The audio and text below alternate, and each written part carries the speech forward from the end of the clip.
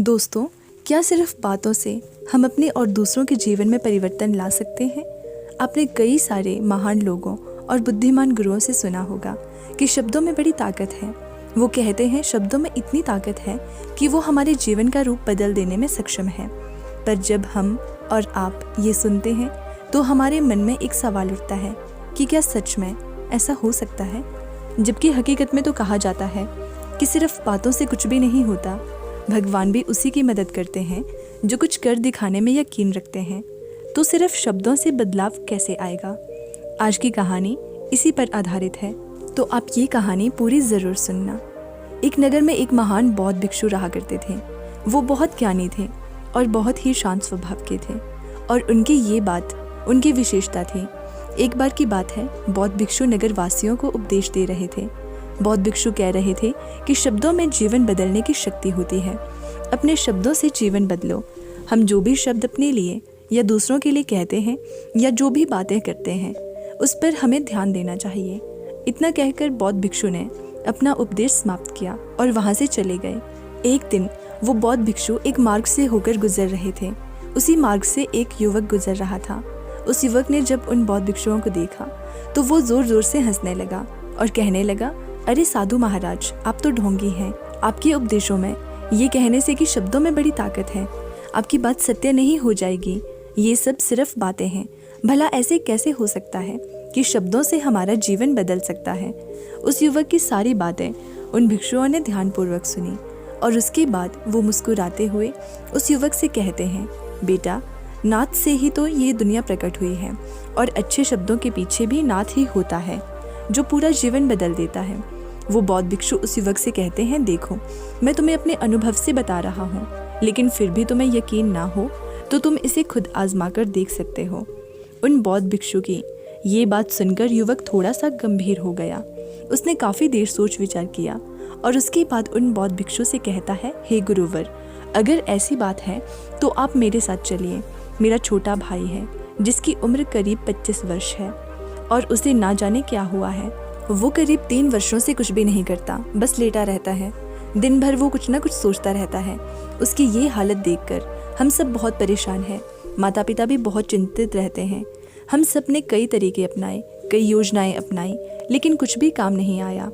हमने कई बार उससे बात करने तक की कोशिश की, लेकिन वो हमसे कुछ भी नहीं कहता। परिवार का हर एक सदस्य पूरी तरह से थक चुका है, हार चुका है। आखिर वो क्या करना चाहता है, किसी को कुछ नहीं पता। तो हमारे शब्दों से उसका जीवन क्यों नहीं बदला? और जैसा कि आप कह रहे हैं कि शब्द सचमुच जीवन बदल सकते हैं, तो क्या आप मेरी मदद करेंगे? इस पर बौद्ध भिक्षु मुस्कुराते हुए उस युवक के साथ चल पड़ते हैं। वो युवक उन बौद्ध भिक्षु को एक खेत में ले जाता है और अपने भाई की तरफ इशारा करते हुए कहता है कि हे गुरुवर, यही मेरा भाई है जो पूरे गांव में आलस और मक्कारी के लिए मशहूर है। आप कहते हैं कि शब्दों में वो शक्ति है जो हमारा जीवन बदल सकती है। तो क्या आपके शब्द इसका जीवन बदल सकते हैं? अगर ये सत्य है तो आप इसका जीवन बदल कर दिखाएं। उन बौद्ध भिक्षुओं ने उस युवक के भाई को ध्यानपूर्वक देखा। वो एक पेड़ की छांव में आराम से सो रहा था। जब बौद्ध भिक्षु उस युवक के भाई के पास पहुंचे और आराम से उसके सिर पर हाथ फिराते हुए कहते हैं, उठो बेटा, बहुत देर हो चुकी है। ये सोने का समय नहीं, ये तो जागने का समय है। उन बौद्ध भिक्षु की आवाज़ सुनकर वो लड़का थोड़ा सा अचरज में पड़ गया। आखिर कौन है जो मुझे इतने प्यार से जगा रहा है?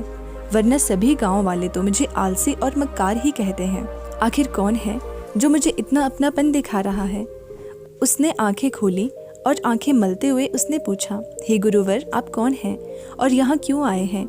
इस पर बौद्ध भिक्षु उस युवक से कहते हैं, बेटा, ये प्रश्न तो मैं तुमसे करना चाहता हूँ। तुम कौन हो, यही तो तुम्हें जानने की आवश्यकता है। उन बौद्ध भिक्षुओं की बात सुनकर वो लड़का जोर से हंस पड़ता है और कहता है, हे गुरुवर, यदि आपको मेरे बारे में जानना है तो जाइए और गांव के किसी भी सदस्य से पूछ लीजिए। आपको पता चल जाएगा कि मैं कौन हूँ। आपसे हर कोई यही कहेगा कि वो तो आलसी है, मक्कार है, तरह तरह के ताने सुनाएंगे, तरह तरह की बातें कहेंगे। इससे आपको ये ज़रूर यकीन हो जाएगा और आपको ये पता भी चल जाएगा कि मैं कौन हूँ। तभी बौद्ध भिक्षु मुस्कुराते हुए उस लड़के से कहते हैं, सबसे पहले मेरी ये बात सुन लो, मेहनती इंसान के खुद के शब्द उसे अंदर तक चोट पहुंचाते हैं। इसलिए कभी भी अपने आप को कोसो मत, अपने शब्दों को सुधारो। और मेरी ये दूसरी बात भी सुन लो, मैंने उन गांव वालों से नहीं पूछा कि तुम कौन हो, मैं तुमसे पूछ रहा हूँ कि तुम कौन हो। लेकिन तुमने तो अपनी आदतें मुझे बताई। आलस तुम्हारी पहचान नहीं, तुम्हारी आदत हो सकती है, और इंसान नहीं, उनकी आदतें खराब होती हैं। इसीलिए बेटा, तुम आलसी और मक्कार नहीं हो, ये तो तुम्हारी आदत है। बस इतनी सी बात है जो गांव वाले नहीं समझ सकते। ये सारी बातें सुनकर वो लड़का थोड़ा सा आश्चर्यचकित रह गया, क्योंकि गांव वाले हमेशा उससे मक्कार, आलसी और तरह तरह के ताने ही सुनाया करते थे। उन बौद्ध भिक्षु की बात सुनकर उस लड़के की आंखों में आंसू आ गए। वो तुरंत ही दोनों हाथ जोड़कर उन बौद्ध भिक्षु के चरण में गिर पड़ा और उनसे कहने लगा, आप सत्य कहते हैं, ये मेरी आदत ही है और मैं इस आदत से बहुत परेशान हूँ। मैंने बहुत कोशिशें की, लाख उपाय किए, लेकिन मैं अपनी इस आदत से छुटकारा नहीं पा सका। इन आदतों से बाहर आना बहुत कठिन है। मैंने कई बार आलस छोड़ने का प्रयास किया, पूरी कोशिश भी की, लेकिन कोई लाभ नहीं हुआ। मैं जब भी कोई कार्य करने की कोशिश करता हूँ तो पता नहीं क्यों मेरा मन कहीं और भागने लगता है, मेरा दिमाग किसी और दिशा में काम करने लगता है और मैं उस काम पर ध्यान ही नहीं दे पाता हूँ। मैं क्या करूँ, कैसे करूँ, मुझे कुछ भी समझ नहीं आता। जब भी मैं किताबें पढ़ने की कोशिश करता हूँ तो मुझे नींद आने लगती है। मन में एक अजीब सा दर्द महसूस होता है। ऐसा लगता है कि मेरा जीवन यूं ही व्यर्थ जा रहा है।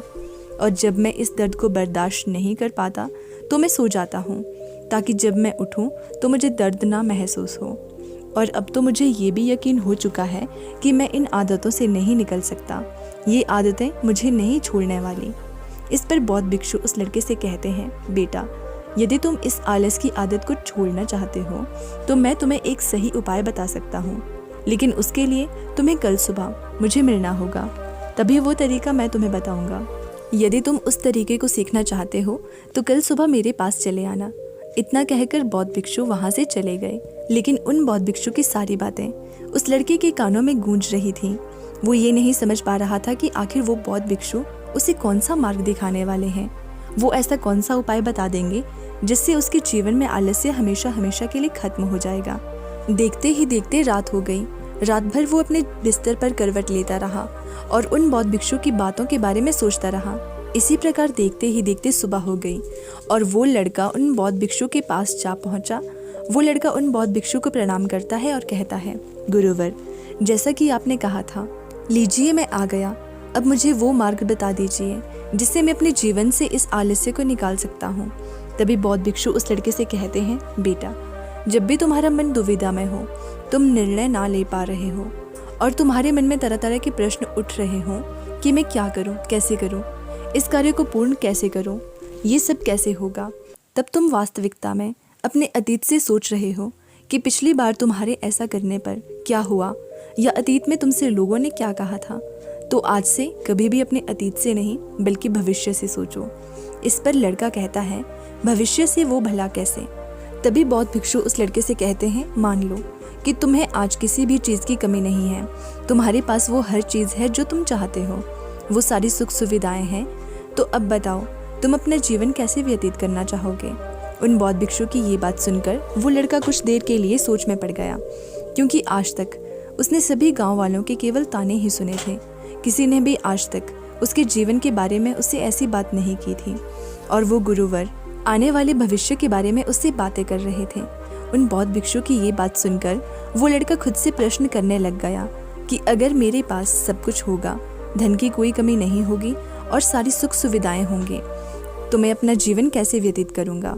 कुछ देर सोच विचार करने के बाद वो उन बौद्ध भिक्षु से कहता है, गुरुवर, मैं ये दुनिया घूमना चाहूँगा, पहाड़ों पर चलना चाहूँगा, समुद्र की रेत पर चलना चाहूँगा और मैं एक बहुत बड़ा व्यापारी बनना चाहूँगा। तभी अचानक उस लड़के का ध्यान टूट गया और वो उन बौद्ध भिक्षु से कहता है, परंतु हे गुरुवर, ये सब कैसे संभव होगा। केवल मेरी मात्र सोच लेने से ये सब पूरा नहीं होगा। उसके ऐसा कहते ही उसकी अतीत में बीती हुई सारी घटनाएं उसकी आंखों के सामने से गुजरने लगी और वो एक बार फिर से निराश होने लगा। और अब वो ये सोचने लगा कि मेरे पास तो पैसे ही नहीं है, तो मैं भला व्यापार कैसे कर सकता हूँ, ना ही मेरे पास व्यापार का कोई अनुभव है। ऐसी स्थिति में मैं भला यहाँ से कैसे निकल सकता हूँ। उस लड़के के इस प्रश्न का जवाब देते हुए वो बौद्ध भिक्षु उस लड़के से कहते हैं, हर रात में सोने से पहले तुम हर दिन अपना लक्ष्य एक कागज पर लिखो और सुबह उठकर सबसे पहले उस लक्ष्य को देखो और सोचो कि उस लक्ष्य को पाने के लिए तुम आज क्या कर सकते हो, और जो भी तुमने उस कागज पर लिखा होगा उस कार्य को उसी दिन पूरा करने की हर मुमकिन कोशिश करो। इस पर वो लड़का कहता है कि ठीक है, आप सच कह रहे हैं, लेकिन जब मैं बहुत सोचने लगता हूँ तो मेरा मन बेचैन होने लगता है और मन में तरह तरह के विचार उठने लगते हैं, और इन विचारों को शांत करने के लिए मैं सो जाता हूँ ताकि वो विचार मुझे परेशान ना कर पाएं। उस लड़के की इस समस्या का समाधान करते हुए बौद्ध भिक्षु उस लड़के से कहते हैं, बेटा, अंतर्मन की चाल को पकड़ो और शब्दों की मदद से नया भविष्य बनाओ। तभी लड़का कहता है, हे गुरुवर, आप क्या कहना चाहते हैं? मैं आपकी बात समझ नहीं पा रहा हूँ। इस पर बौद्ध भिक्षु मुस्कुराते हुए कहते हैं, बेटा, कैसे होगा? ये जो सवाल है ये सवाल नहीं बल्कि एक डर है जो तुम्हारे अंतर्मन में बैठा हुआ है, जो तुम्हें अगला कदम लेने से रोक रहा है, तुम्हें कदम आगे बढ़ाने से रोक रहा है। यदि तुम वास्तविकता देखो तो किसी को भी नहीं पता होता कि वो कार्य कैसे होगा, लेकिन एक इंसान जब दृढ़ निश्चय कर लेता है तो वो अपने उद्देश्य को सामने रखकर लगातार प्रयास करता रहता है और वो अपनी सफलता प्राप्त कर ही लेता है। तभी वो लड़का उन बौद्ध भिक्षु से कहता है कि हे गुरुवर, अगर ऐसी बात है तो मन में बार बार चिंता क्यों होती है, मन बार बार बेचैन क्यों हो उठता है?